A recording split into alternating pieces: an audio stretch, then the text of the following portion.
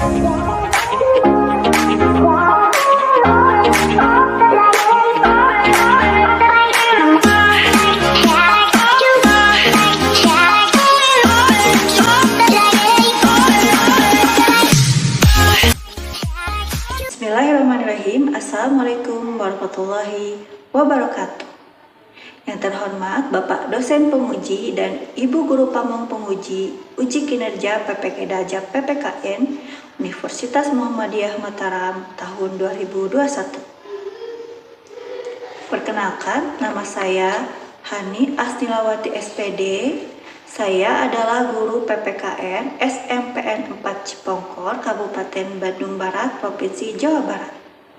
Pada hari ini, Senin 18 Oktober 2021, saya akan melaksanakan praktik pembelajaran dengan mengambil materi PPKN kelas 7 semester 2, bab 5, sub materi yang kedua tentang arti penting kerjasama dalam berbagai bidang kehidupan. Nah, untuk lebih jelasnya, berikut video praktik pembelajaran yang telah saya laksanakan. Mohon masukan dan sarannya untuk perbaikan pembelajaran saya ke depannya. Terima kasih. Assalamualaikum warahmatullahi wabarakatuh.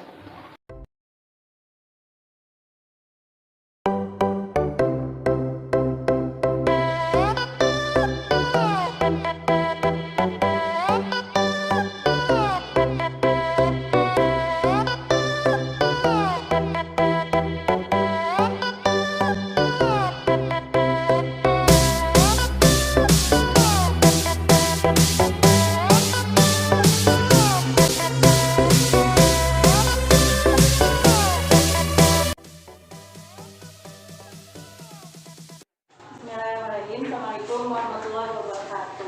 Waalaikumsalam warahmatullahi wabarakatuh. Apa kabar kalian hari ini? Alhamdulillah, luar biasa. Semangat. Coba, apa kabarnya kalian hari ini? Alhamdulillah, luar biasa. Allahu Akbar. Alhamdulillah. Nah, pada kesempatan kali ini anak-anak kita akan melanjutkan materi selanjutnya. Sebelum kita memulai materi selanjutnya, dari kita berdoa terlebih dahulu. Silakan kepada Adit untuk memimpin doa pada kesempatan kali ini. Sebelum belajar, mari kita berdoa dalam hati mulai, doa dalam hati selesai. Ya Tuhan salam. Assalamualaikum warahmatullahi wabarakatuh. Waalaikumsalam warahmatullahi wabarakatuh. Nah, sekarang Ibu absen terlebih dahulu. Setia Saputra, Airin Hadi Arianti, Aldi Faisal. Kita akan menyanyi lagu nasional terlebih dahulu. Kita akan menyanyikan lagu Halo Halo Bandung. Silahkan semuanya berdiri.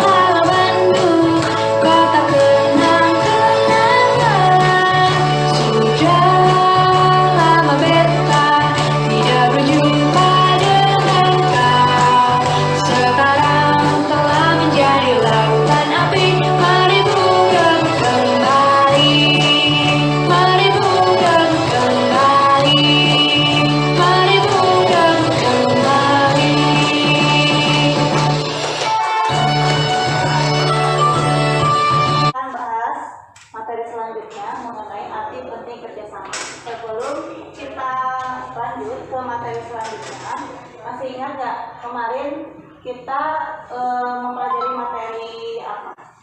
Ada yang masih ingat nggak? Nah, silakan. Kerjasama dan macam-macam kerjasama.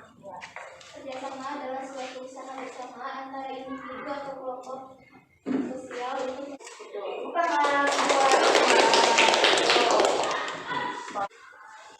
Nah, tujuan dari pembelajaran kali ini, kalian mempelajari materi kali ini diharapkan pertama, kalian memahami pentingnya kerjasama dalam kehidupan bermasyarakat, berbangsa, dan bernegara dengan baik. Dan yang kedua, setelah melakukan kegiatan pembelajaran ini, diharapkan kalian bisa mendeskripsikan kerjasama dalam bidang sosial politik dengan benar.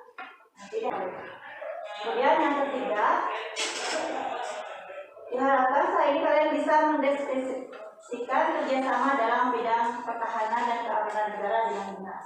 Dan yang keempat, saat ini kalian diharapkan bisa menganalisis pentingnya kerjasama antar umat beragama dengan cermat. Jadi yang terakhir, diharapkan kalian nanti bisa mempresentasikan hasil analisis pentingnya kerjasama antar umat beragama dengan baik. Ada tugas kelompok di mana kalian nanti diminta untuk menganalisis suatu konflik antar umat beragama.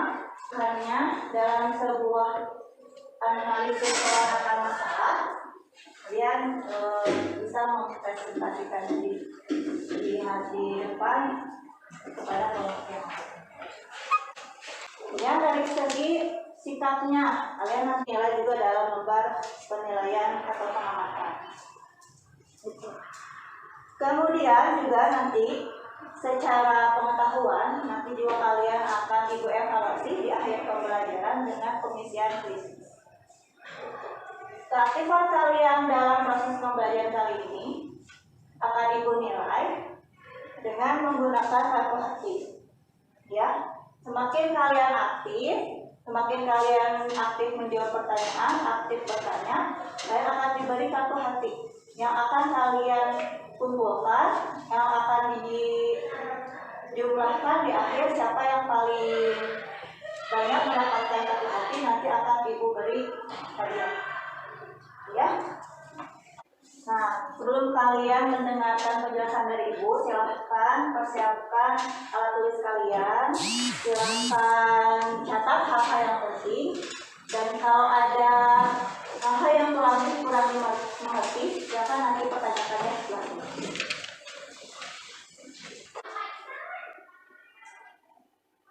Arti penting kerjasama dalam berbagai bidang kehidupan. Bentuk-bentuk kerjasama. Jadi sebelum kita memahami mengenai arti penting kerjasama dalam berbagai kehidupan, akan bahas bentuk-bentuk kerjasama. Pertama, ada kerjasama dalam kehidupan sosial politik. Yang kedua, ada kerjasama dalam kehidupan ekonomi. Yang ketiga, kerjasama di bidang pertahanan dan keamanan. Keempat, kerjasama antar umat. Kerjasama dalam kehidupan sosial politik, artinya kerjasama yang dilakukan dalam kehidupan bermasyarakat.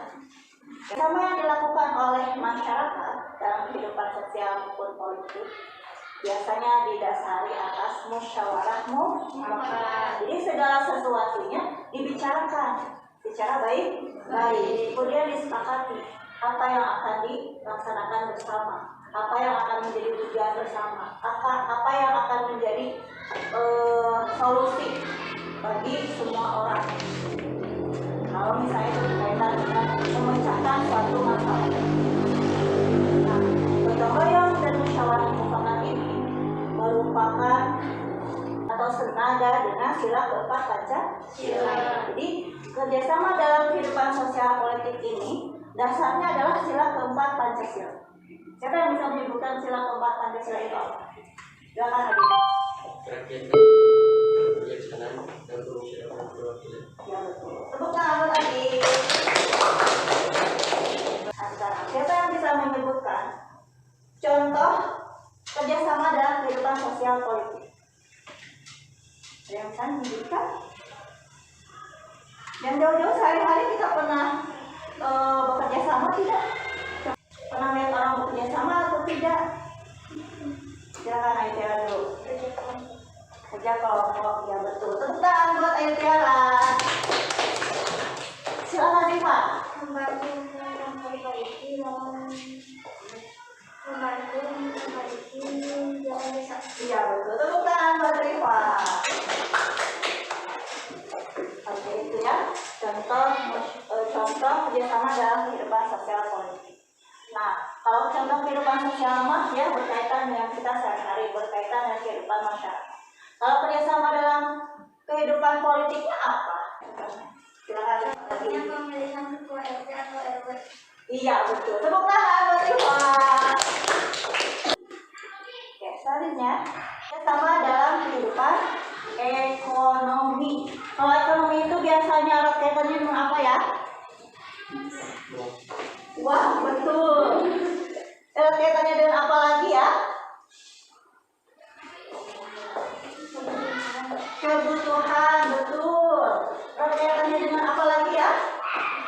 Betul. Yang namanya ekonomi itu biasanya memang berkaitan dengan uang, berkaitan dengan kebutuhan. Karena yang namanya ekonomi itu adalah kegiatan yang berhubungan dengan pemenuhan kebutuhan. Yang biasanya erat kaitannya juga dengan masalah uang, masalah keuangan. Gitu. Nah, bagaimana kerjasama dalam kehidupan ekonomi? Kerjasama dalam pemenuhan kebutuhan hidup, pemenuhan kebutuhan hidup manusia. Kerjasama antar umat beragama.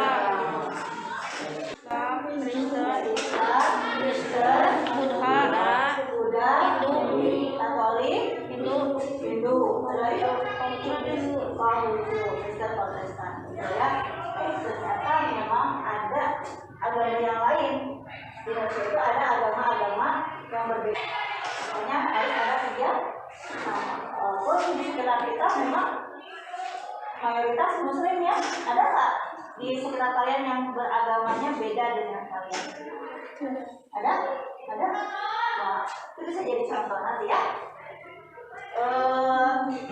Kerjasama antar umat beragama itu, ya, landasannya adalah pasal 29 ayat 2 UUD RI 1945 bahwa negara menjamin kemerdekaan tiap-tiap orang untuk memeluk kepercayaannya masing-masing. Ini merupakan dasar dari kebebasan beragama. Jadi kepercayaan orang, keimanan orang dilindungi oleh negara untuk dianut dan tidak boleh ada yang memaksakan, melarang seseorang untuk menganut agama karena ini ada landasannya. Nah, bentuk dari pasal 29 ini perwujudannya adalah sikap toleransi atau sikap menghargai umat yang berbeda agama dengan kita. Sebelum lanjut ke pembahasan terakhir, kita tepuk semangat dulu. Semangat, semangat, semangat.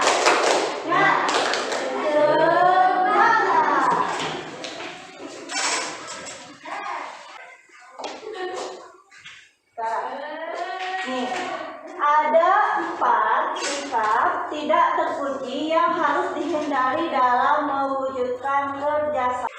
Yang pertama adalah sikap fanatik sempit. Nah, apa yang dimaksud dengan sikap fanatik sempit? Silakan hadir. Yaitu sifat yang merasa diri sendiri paling benar. Iya, terutama tidak boleh seperti itu. Kita juga harus menghormati orang lain. Tidak boleh sombong, gitulah intinya ya. Kemudian sikap individualis. Silakan Seni. Ya, tepuk tangan.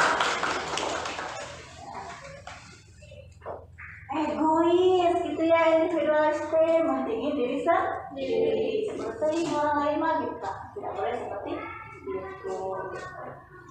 Yang ketiga, eksklusivisme. Silahkan ya. Yaitu sikap selalu memisahkan diri dari kehidupan sosial di masyarakat. Iya, memisahkan diri karena berbeda agama, suku bangsa dan sebagainya. Kamu mah beda sama saya. Ini kita mau ngumpul jangan berbaur dengan orang lain. Nah, itu contoh dari eksklusivisme. Tidak boleh seperti itu ya, harus berbaur, menghormati. Yang keempat, primordialisme.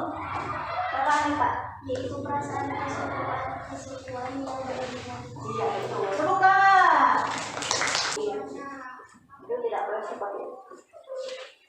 Harus menempatkan diri sesuai dengan situasi dan tempat. Nah, arti penting atau manfaat kerjasama. Clue yang pertama adalah persatuan dan kesatuan. Wah, akhirnya persatuan dan kesatuan bangsa akan terjalin dengan baik dengan contohnya waktu proklamasi kemerdekaan itu kan sebelumnya itu ada kesatuan nasional, senasib sepenanggungan yang bersatu pada Sumpah Pemuda berjuang yang akhirnya bisa mencapai kemerdekaan. Kemudian yang kedua, manfaat kerjasama yang kedua adalah persaudaraan dan kebersamaan. Apa maksudnya? Supaya memperkuat ikatan persaudaraan dan menjadikan suatu suku yang berbeda agama saling menyatu. Iya, ya, betul. Tepuk tangan dong buat Mega. Nah, terima juga nih suaranya Mega. Dari tadi mau berpendapat tapi pasti malu-malu. Mulai. Kemudian yang ketiga, gotong royong dan keluarga. Ibu akan tampilkan satu video.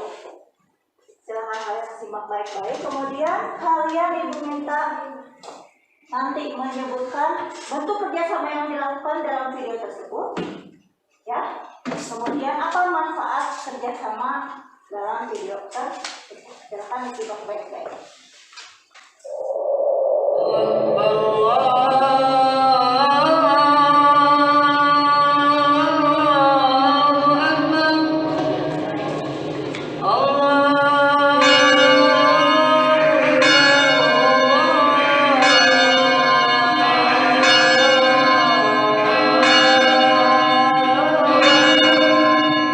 Bapak saya atau orang tua dulu hanya bilang begini gitu, lu saudara.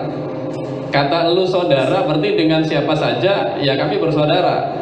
Maka cara kami juga menularkan kepada yang lain atau generasi penerus atau mungkin kepada anak-anak kami sendiri, ya sudah, itu adalah saudaramu.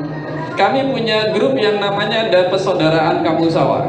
Soal politik tidak dibahas di situ, soal agama tidak dibahas di situ, soal ras tidak dibahas di situ. Yang dibahas di situ adalah soal persaudaraan.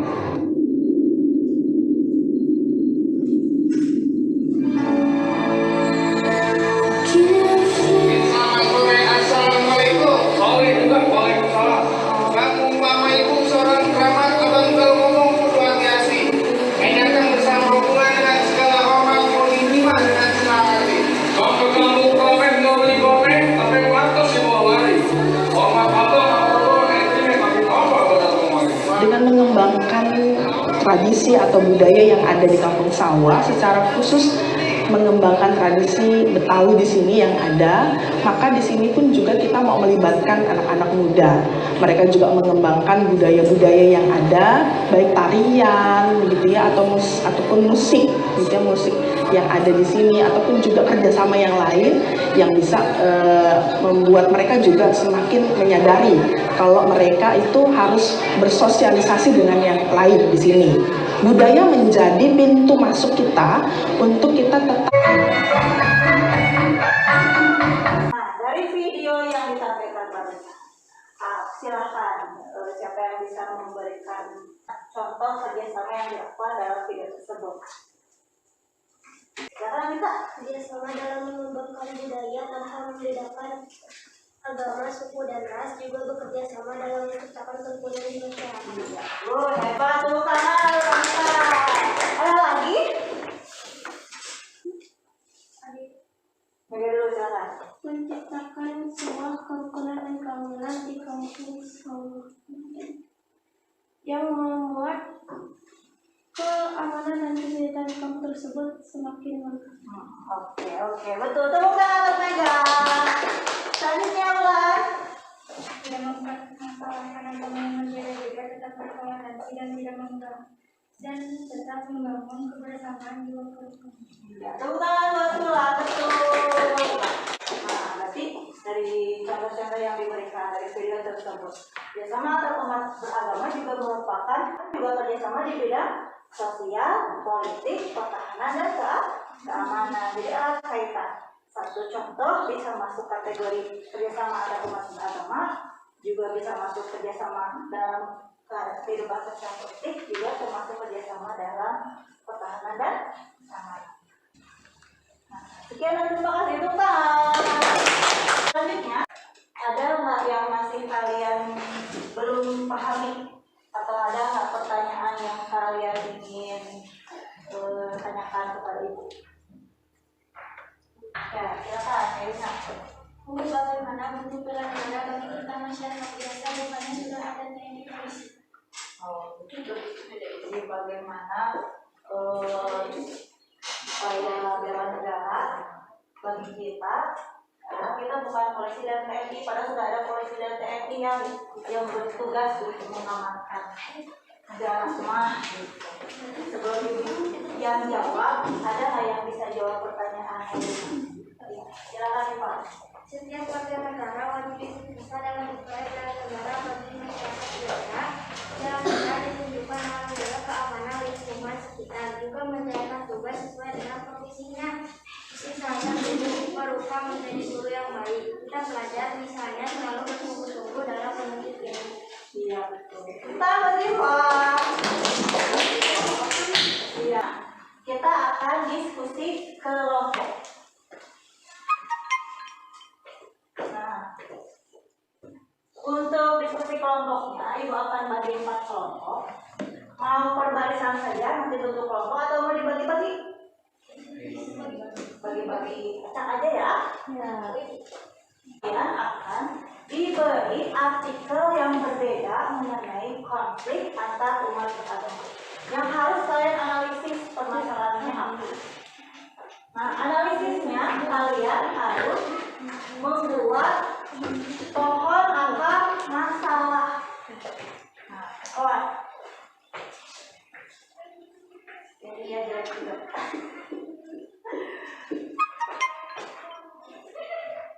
Kalian menganalisis permasalahan yang ada dalam artikel lewat pohon ini. Pertama, kalian di batang ini kalian cantumkan judul masalahnya.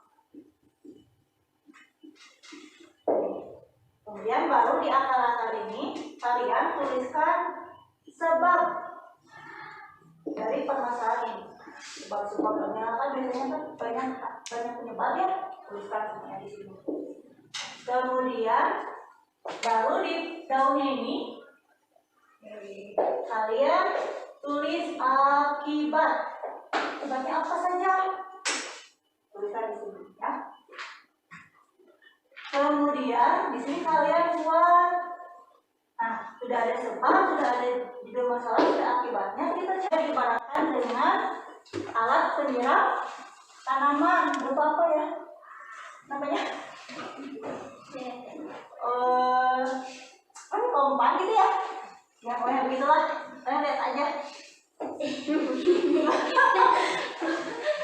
Itulah pokoknya Pak. Di sini kalian tuliskan solusi-solusinya. Karena nanti kalian mau pasti pokoknya lebih bagus. Tulis solusi-solusinya. Solusi yang tertulis tercantum dalam artikel ataupun pemikiran kalian sendiri. Ya. Kemudian baru kesimpulan di sini di luar. Sebelas atau minggu.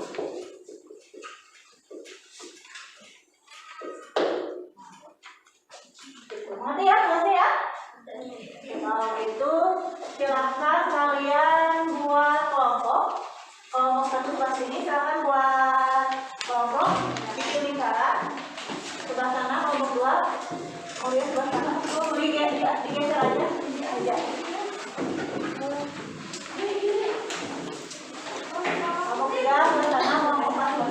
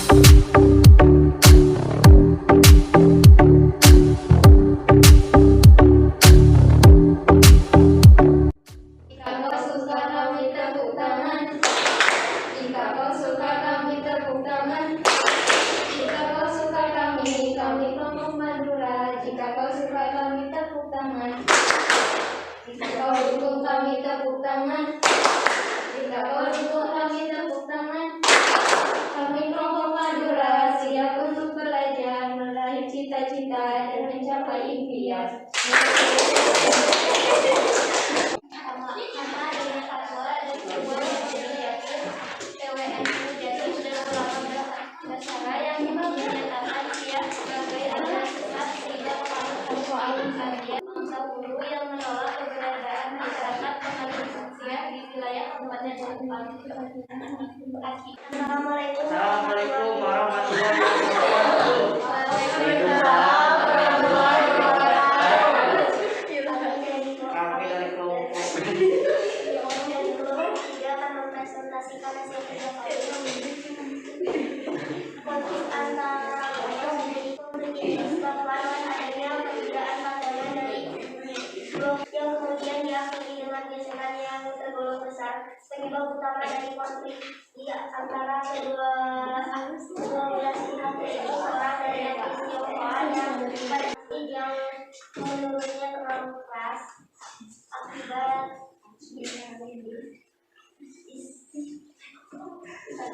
masa merusak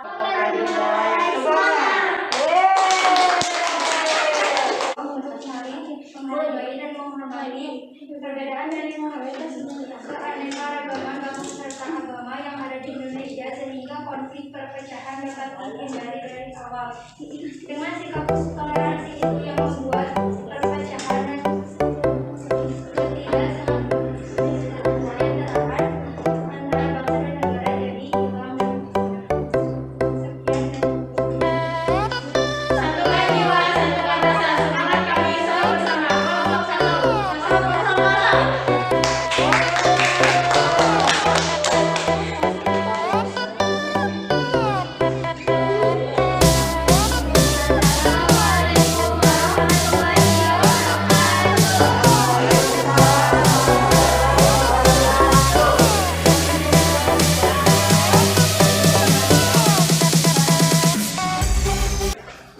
Tujuannya Aceh membawa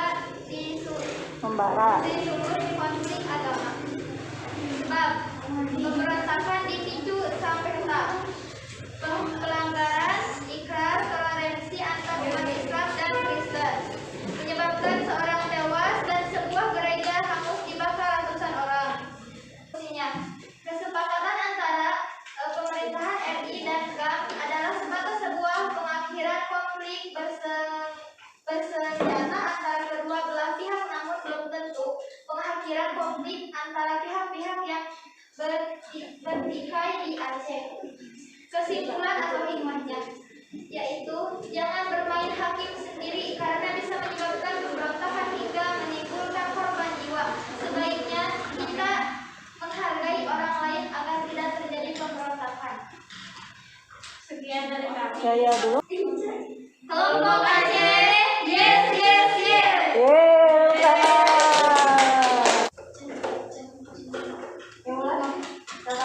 Bagaimana agar tidak terjadi main hakim sendiri? Ya, gimana kalau bagaimana tidak terjadi main hakim sendiri lagi? Kita harus Ayo, tadi jawab. harus menyepakati pendapat orang lain. Ya, gimana, Bu?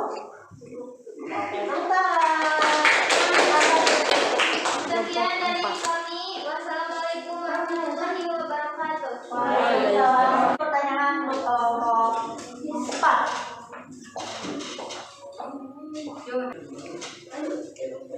Silakan, Ayu.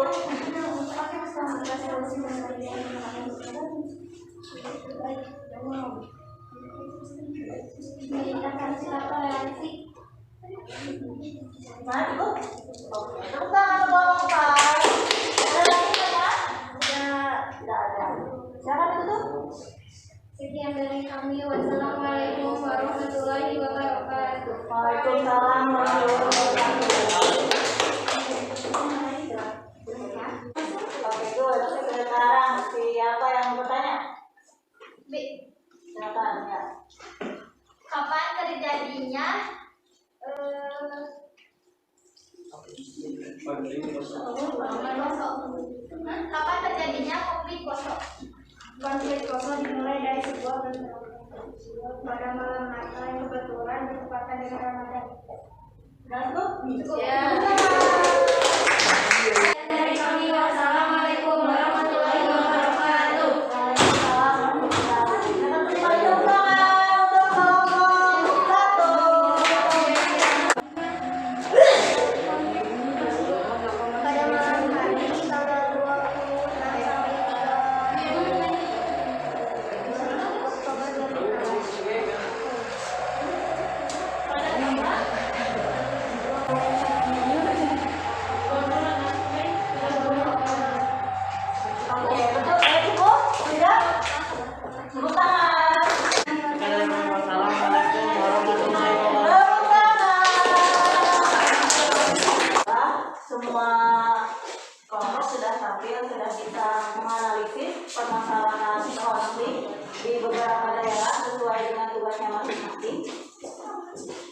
Kemudian sudah bisa mengambil kesimpulan dan hikmah dari setiap konflik masing-masing, bahwa tadi sudah dikemukakan bahwa penyebab dari sebagian besar konflik antar umat beragama adalah kurangnya toleransi antar umat beragama. Kemudian adanya miskomunikasi yang menyebabkan satu sama lain saling curiga gitu ya. Kemudian hanya bisa menyebabkan pertentangan, pemberontakan, kemudian kerusuhan, bahkan bisa merenggut ya korban jiwa dan kerusakan fisik lainnya berupa tempat-tempat ibadah tadi yang seperti dikemukakan oleh kalian dalam penganalisis tekanan bawah masing-masing.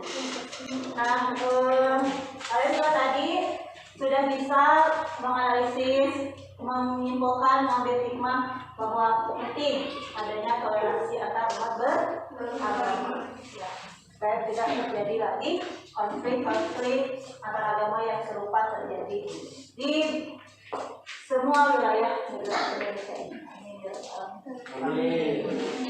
Oke, selanjutnya sekarang kita masuk ke pengerjaan LKPD.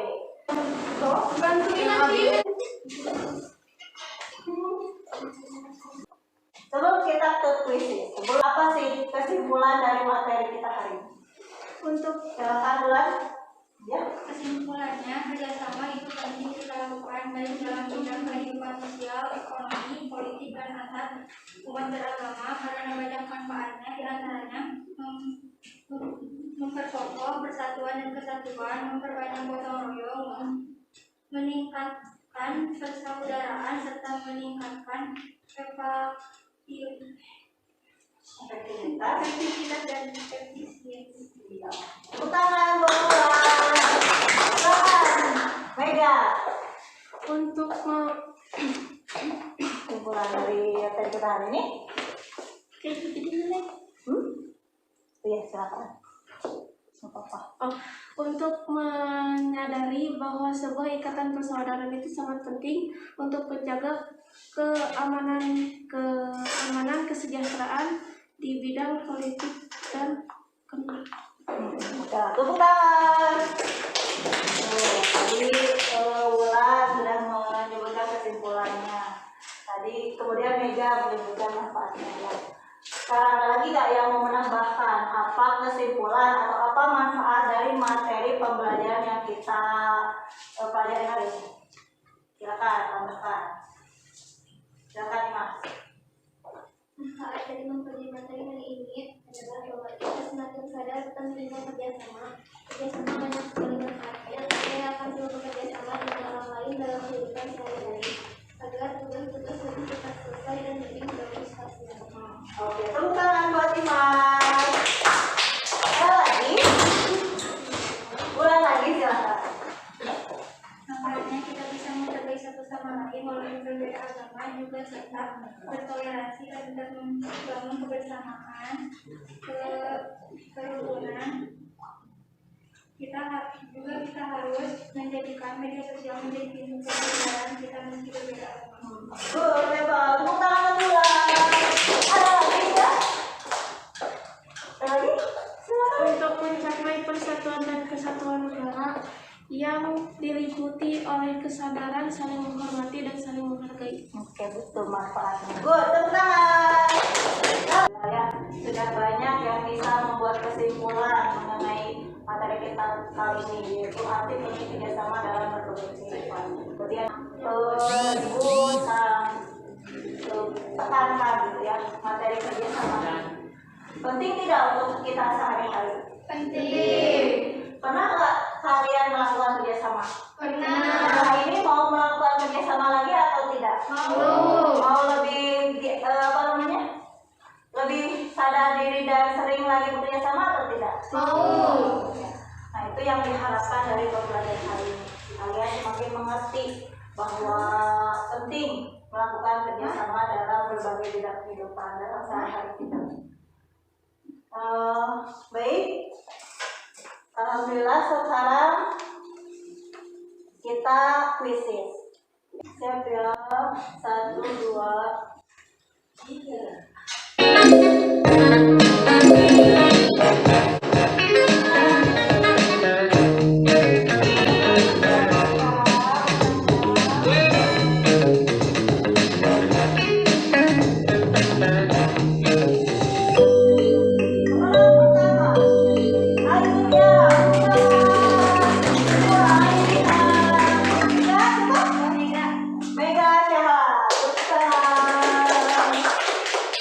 Udah ketahuan ya bahwa pemenang kuisis kali ini Aida. Isi B ke depan, silakan. Tepuk tangan. Nah, sekarang siapa ya pemenang? Satu hati terbanyak, silakan dihitung. 7, 5, 7. Ada yang lebih dari 7? 7. Lebih dalam tuh. 8 Adit. Yang lain? Ada yang lebih dari 8? Nggak ada? Si Adit ya. Sejauh ini kan? Iya, paling depannya kan 8. Silakan daftar depan.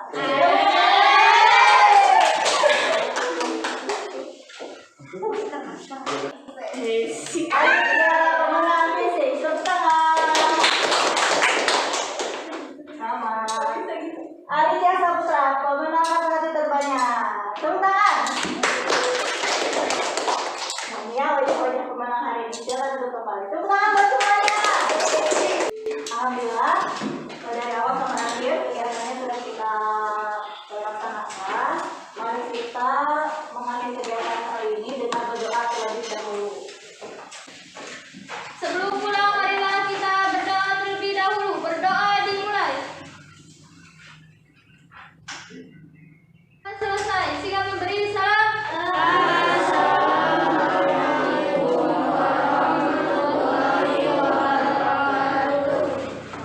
Waalaikumsalam warahmatullahi wabarakatuh.